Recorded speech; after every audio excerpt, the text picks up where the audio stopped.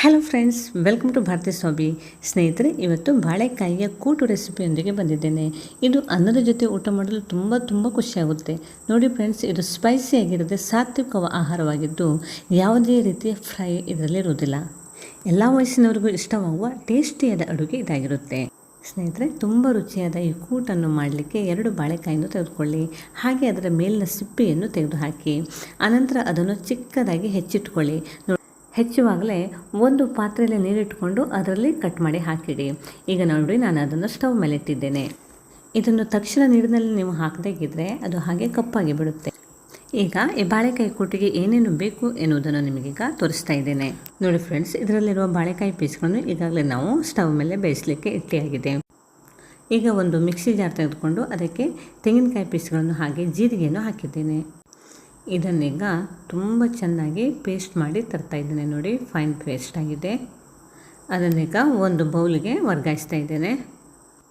ಹಾಗೆ ಮಿಕ್ಸಿ ಜಾರಿಗೆ 1-2 ಸ್ಪೂನಷ್ಟು ನೀರು ಹಾಕಿ ಅದಕ್ಕೆ ಮತ್ತೆ ಸೇರಿಸ್ಬೋದು. ತುಂಬ ತೆಳ್ಳಗೆ ಮಾಡಬೇಡಿ. ಈಗ ಸ್ಟವ್ ಮೇಲಿರುವ ಬನಾನಾ ಪೀಸ್ಗಳನ್ನು ನೋಡ್ತಾ ಇದ್ದೇನೆ. ನೋಡಿ, ಅದಕ್ಕೀಗ 1/4 ಸ್ಪೂನ್ನಷ್ಟು ಅರಿಶಿನ ಪೌಡ್ರನ್ನು ಹಾಕಿ ಇದನ್ನು ಚೆನ್ನಾಗಿ ಮಿಕ್ಸ್ ಮಾಡಿದ ನಂತರ ಮತ್ತೆ 1/4 ಸ್ಪೂನ್ನಷ್ಟು ಉಪ್ಪನ್ನು ಕೂಡ ಈಗ ಸೇರಿಸಿ. ಇದೀಗ ಬೆಂದದ್ದು ಸರಿಯಾಗಿದೆ. ನೋಡಿ, ಸಾಫ್ಟ್ ಆಗಿದೆ.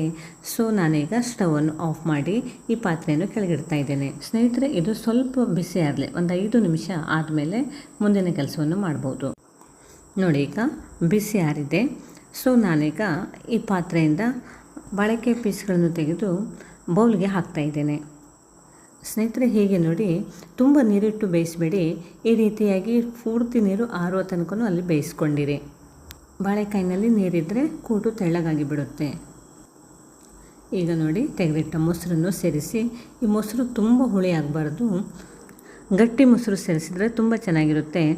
ಬೇಕಾದರೆ ಇಲ್ಲಿ ಹೆಚ್ಚು ಮೊಸರನ್ನು ಕೂಡ ಹಾಕ್ಕೊಳ್ಬೋದು, ಆದರೆ ಅದು ಹುಳಿಯಾಗಿರಬಾರ್ದು.